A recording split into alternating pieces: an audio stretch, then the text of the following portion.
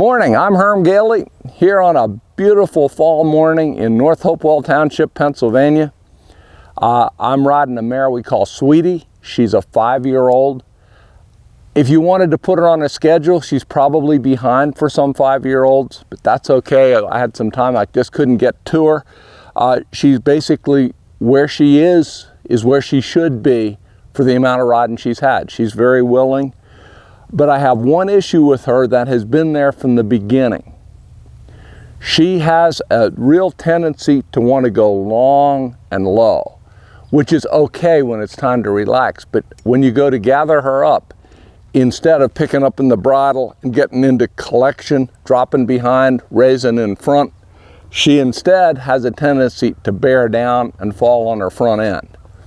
So what we're going to do is we're going to work a little bit on using transitions to pick her front end up.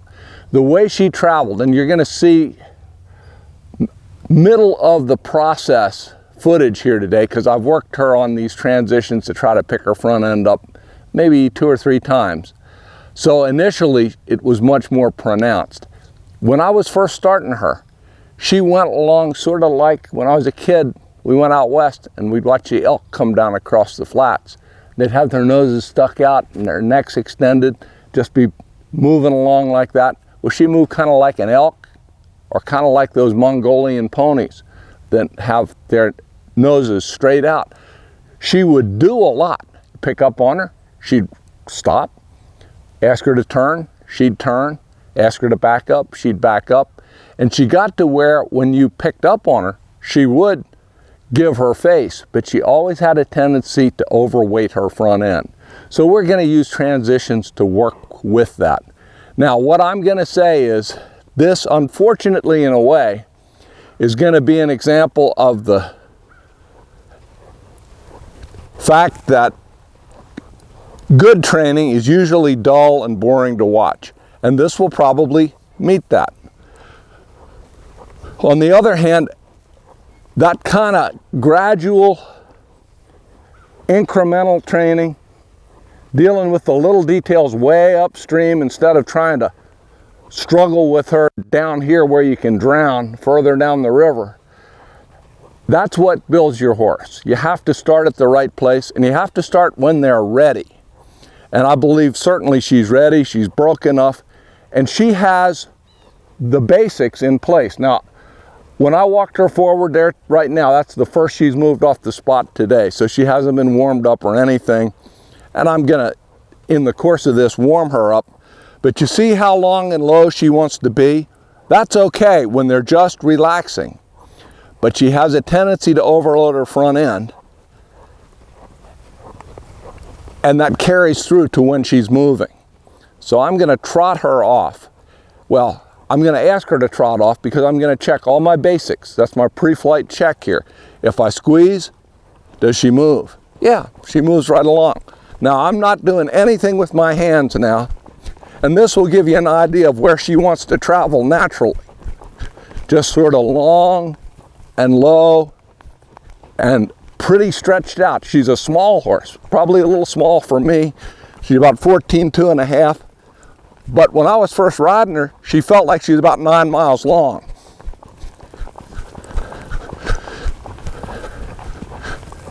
So she still has a bit of that sort of Mongolian pony, stretch your nose out, go forward, but not a lot of coil to her, not a lot of crouch, not a lot of collection. Now, we see she'll move off your leg to go forward. Will she move off your leg if you need to direct her? Well, she'll go sideways. She'll come back around and turn. And you can see that when she's asked to do something a little more athletic, she does pick her shoulders up. Will she give to the bridle? Well, the backup's a good place to check that. And that's pretty pleasing. So you can see that there's been some progress here, and I kind of wish, as tends to be the case, I identify things that I'd like to show after I've started working with them. But I want to get her to where, when I'm loping in particular, she keeps her shoulders up kind of like she did in that backup. So you start this with transitions, and you start at a very simple level. Now, one thing to bear in mind is simple does not necessarily mean easy. So what I'm going to do is the most basic of transitions, but there's more to it than meets the eye. So I'm going to put her up in the bridle, and I'm going to walk her forward. Now see how she wants to dip down a little bit? I'm going to stop her, and I'm going to ask her to stay in the bridle in the halt, and then move forward. And I may over move her a little like she did. She was not being bad when she gave me that little bit of a jog, and then I'll release her. This is very, very simple, very, very basic, very, very dull, very, very boring, but very helpful. So she learns to stand there in the bridle and relax. Now, you could do it like this.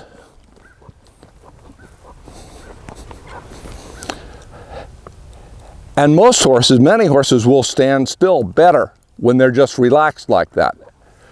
And that's okay to do that with a green horse just to get the basic response in place. But the challenge is putting them in the bridle, walking them forward and straight, coming to a stop, and keeping them right there in the bridle, and then moving her off. And she should step right up. And if she doesn't, you remind her a little bit. So that's a useful thing to do, and she's doing okay with that. So the next thing I would do, and this is part of a good warm-up, I would put her on a trot. And when I say trot, I mean a working trot, not a Western pleasure jog, not an extended trot either. And I'll come back down to a walk. And I'll walk a few paces, and without letting her out of the bridle, I'm going to step back up to a trot. I'm going to come back to a walk. So when I say transitions, I mean regular transitions. See how she picked her nose up there? Actually, that was better than her dropping down, but that's also not what you're after. So you do a lot of transitions. There's a saying that transitions are training, and training is transitions, and I subscribe to that. Now, I've done that several times. I'm going to let her have her head. Going to let her relax. And if she stretches down like that, that's okay. Now, what she's not doing is she's not just down on her front end. She's more so stretching across her top line, where before she was just overloading her front leg. So in relaxation, you want them to relax and put their head down, but you don't want them to put their head down to where when you pick up on them, they feel like they're pulling down. That was what gave me concern with this filly, was when I would pick up on her, she would pull down on me, and that definitely overloads the front end. Now, somebody who believes in doing things simply would say logically, well, why don't you just pick her head up? Pick her head up. Well, what I've found is when you just mechanically pick their head up, the next thing they do is drop it down. And when you release them to reward them, the bottom drops out, and you kind of end up with a horse that's almost as stiff and almost as heavy on the front end as what you started out with. But if you give them something else to do, instead of just trying to correct something that you don't like, it's just a more positive approach. So this is very simple. It's relaxing to a horse. It gets them to where they're going from gate to gate as you dictate. So you can see that she's got her poll up, her ears, that space right between her ears is the highest point on her body. I will say that there are people training reining horses these days who have their heads real low, but who seem to be able to pick up their shoulders at the same time. I don't know exactly the process to accomplish that, and I'm not sure that I would want to accomplish that look. I was taught, and I believe, that the highest point on a horse's body should be right up here between their ears, that their eye should be at least level with their wither. And I think that balances your horse better. And I ride out across country a lot. And when a horse has their head down on the deck, especially if you're trotting or loping, you have to wonder if they're going to be handling their feet as well as a horse that just has themselves picked up a little more elevated, looking around a little better. Can they handle the ground as well? So I don't want that low, over-collected, down in front. Even if the shoulders are up, it just doesn't work for me. Now I'm going to pick up a lope, and then I'm going to do some transitions from lope to trot.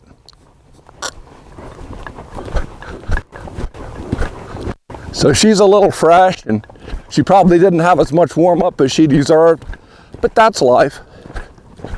So come back to the trot. Now, coming back to the trot, you don't want to just have them bottom out and slow down. See, she didn't want to stay in the bridle there. I'll pick up on her. And I'm doing this in a circle. I often do it up and down the center of my pen. That really works nicely with these horses that are going to be reiners, perhaps, because they need to learn to relax and get soft up and down the center of the pen. And there she offered me a trot when I didn't ask for it, so I pushed her back through. So she's a little stiff there, and she's a little more forward than she needs to be. So I'll correct that. What you're after is balance. But when you ask your horse to come down, when you ask them to do that downward transition to a trot, it's not just drop down on the forehand, because that overloads their front end and is absolutely counterproductive to what you're trying to do here. You also don't want them to put their head up, tip their nose out, because that will hollow their back. You want them to stay as consistent as possible in their head carriage. The thing you want to affect is how their feet are moving. You really should do it as little as possible with your hands. Use your feet, use your legs, keep your horse in the bridle. But if you're having to work too hard at it, then stair step back and work on some of the basics to get to where you can do it better. Now I'm going to lope her off again this direction. And one of the things that is typically a challenge to a horse that has her tendency is a lot of times they're going to want to throw in some trot steps before they lope. Now I'm helping her, but this is a little bit of a challenge for her to do a good canter depart. So I'll pick up the inside rein a little, just secure her a little with the left rein, cluck to her. And you can see she shuffles her feet a little bit, but that's getting better. So I'm going to put her back up in the bridle. I'm going to break her down to a trot.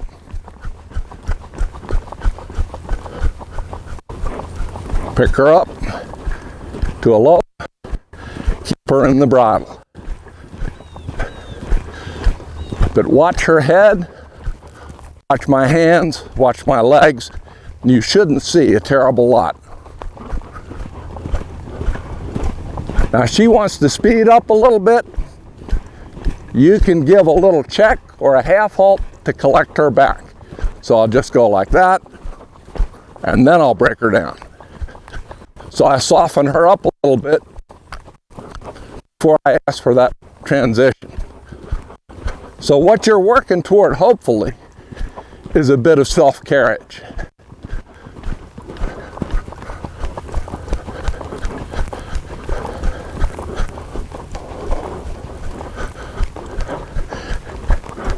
Now she's starting to push through a little, so I'm going to stop, back her up, but keep her shoulders up. And now I'm just going to let her relax and stretch down a little. But that is the basic concept of giving her something to do where she needs to have her shoulders up to do it correctly and to be comfortable and to get a release. as opposed to just saying, put your head up. Well, watch what happens when I drop my reins. She sinks. Now, at this point, she is kind of allowed to sink a little, but hopefully she's going to step up underneath herself, stretch across the back instead of just putting her head down. So that's pretty technical stuff. It's pretty dry, frankly. But the fact is, it's a lot more complicated than you would think to do something as simple as this. There are a lot of moving parts in doing a good transition, and it can do you a lot of good to use that to train instead of trying to mechanically get the horse picked up, trying to pick a different bit, trying to pull their head up, trying to spur them in the belly, trying to roll your spur across their belly to see if they'll pick up. They're as likely to go down as to go up. Now let's lope her around a little bit and see if I can release her and maybe not get her to drop down. We'll do this a little bit at a trot first. See, she's just a little up. She probably needed a little more warm up this morning. But I'll release her and see how she's not dropping down. Now what she is doing is she's speeding up. So you correct that. Don't have to be ugly, but you just say, hey, your balance of your motion has shifted forward. You're going too forward. Now she's not going too forward in a bad frame, so I'm tempted to accept that. But instead, I'll gently correct that, back her off and say, hey, I need to scrub off a little bit of that speed. And there she's being more polite. But see how she's not dropping down in front like she was? One of the things you have to be careful with when you ride a horse in the bridle, though, is you can have the effect that I just showed you, and they can get to rely on being held. You don't want to restrain them with your hands, you want to balance them. And I think she felt a little like she was being restrained, and maybe she was right. So I'll give her some slack, and you see she's staying about level or a little above level, and that's way better than her natural tendency to drop down in the front. But see, she relapses fairly quickly. So what I can do is at this point, I can adjust her a bit in the canter, in the lope. Pick up on that inside rein, push her through it, because she's thinking of transitioning to a trot, pick up on the inside, steer her over.